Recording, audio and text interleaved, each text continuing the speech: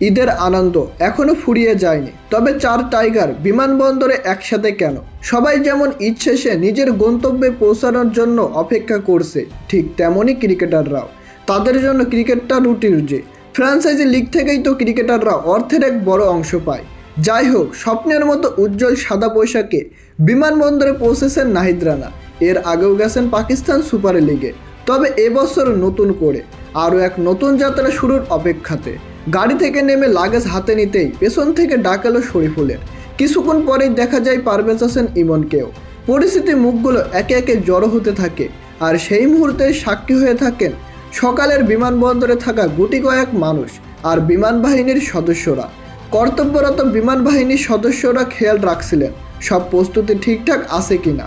Passport, ticket, luggage সব কিছু নিয়েই ব্যস্ত ক্রিকেটাররা, কারণ সামনে বড় আসর।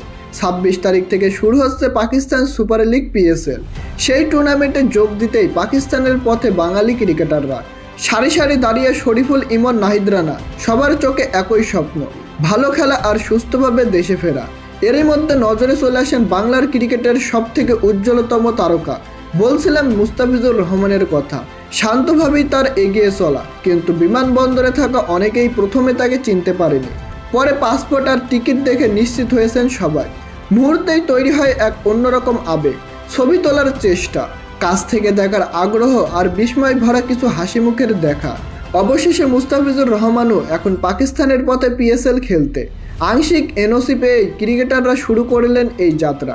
তো প্রিয় দর্শক, PSL এর মতো একটি বড় আসলে বাংলাদেশি ক্রিকেটাররা সুযোগ পেয়েছে, এটা আপনাদের কেমন লেগেছে তা জানিয়ে দিন আমাদের কমেন্ট বক্সে।